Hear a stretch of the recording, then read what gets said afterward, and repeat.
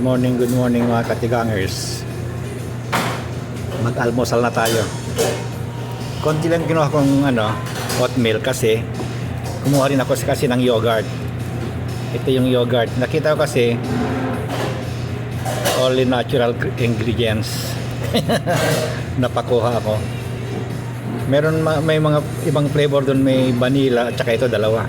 Pero itong kinuha ko kasi may blueberry. At saka yung aking panulak ay walang kamatayang brewed coffee decaf. Buksan na natin to kasi nakalagay nasa ilalim yung mga blueberries. Ayan. Kumakain ako nito. Hindi ko lang, ngayon ko lang na-flex. Nasa ilalim yung yung blueberry. Sandukin natin.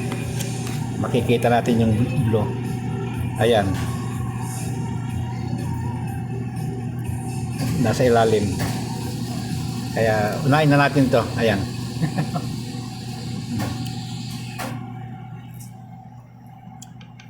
At saka ito, nalagyan natin ng honey para may lasa. Okay, yun lang. Tama na itong pang almusal ko bago sumabak sa trabaho. Okay, bye-bye.